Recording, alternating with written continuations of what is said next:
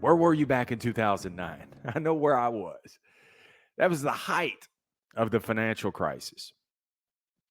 I was, let's see, in my 11th year of my 24 years of selling cars. And this was unprecedented times, man.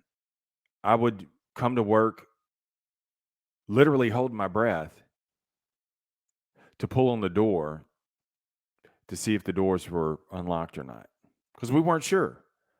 Banks weren't loaning money, even with people that had A plus credit. And so they were being conservative in who they loaned money to.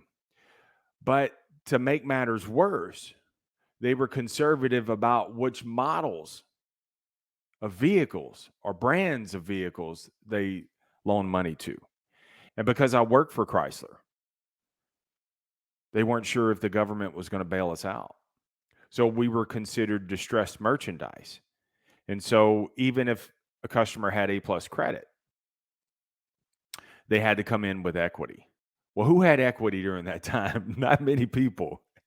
Most people just needed something to drive. They were just in a position where they didn't have $10,000 to put down. Hell, they were just trying to barely make it like everybody else. And I remember some of the loan officers at like Chase. He was like, "No, we're not doing this deal. 800 credit score wouldn't do the deal." I'll never forget that.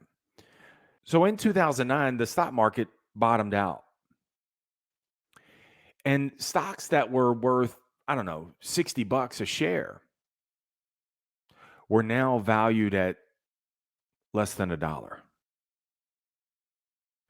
And many people seeing that all of their money that they had poured into the stock market was decimated. Many people freaked out and they liquidated their stocks. And they permanently locked in their losses. See, the only time that you officially lose in the stock market is if you cash the stock out. But even if you look at the stock and the stock price was 60 and now it's $1, you still have shares in the company. It may not be valued at what it once was, but you still have shares. And many people saw that dollar value and they said, "Up, I'm out." But had they stayed in when the stock market roared back to life, stocks would have risen exponentially. Now, adding to that, if they were in a position where they can invest just $120 at the bottom, they would have become very wealthy. Because think about it like this. If you have $120 and a stock price at the height is worth $60 a share, they get you 2 shares.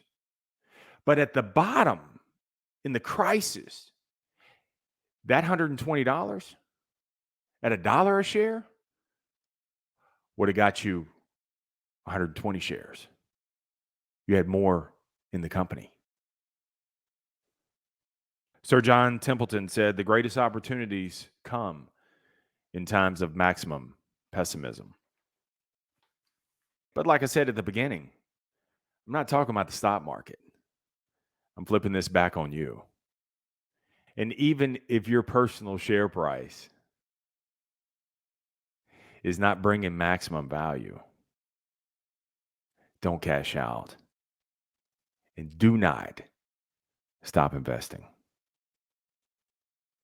Because it's only in cashing out that you permanently lock in your losses.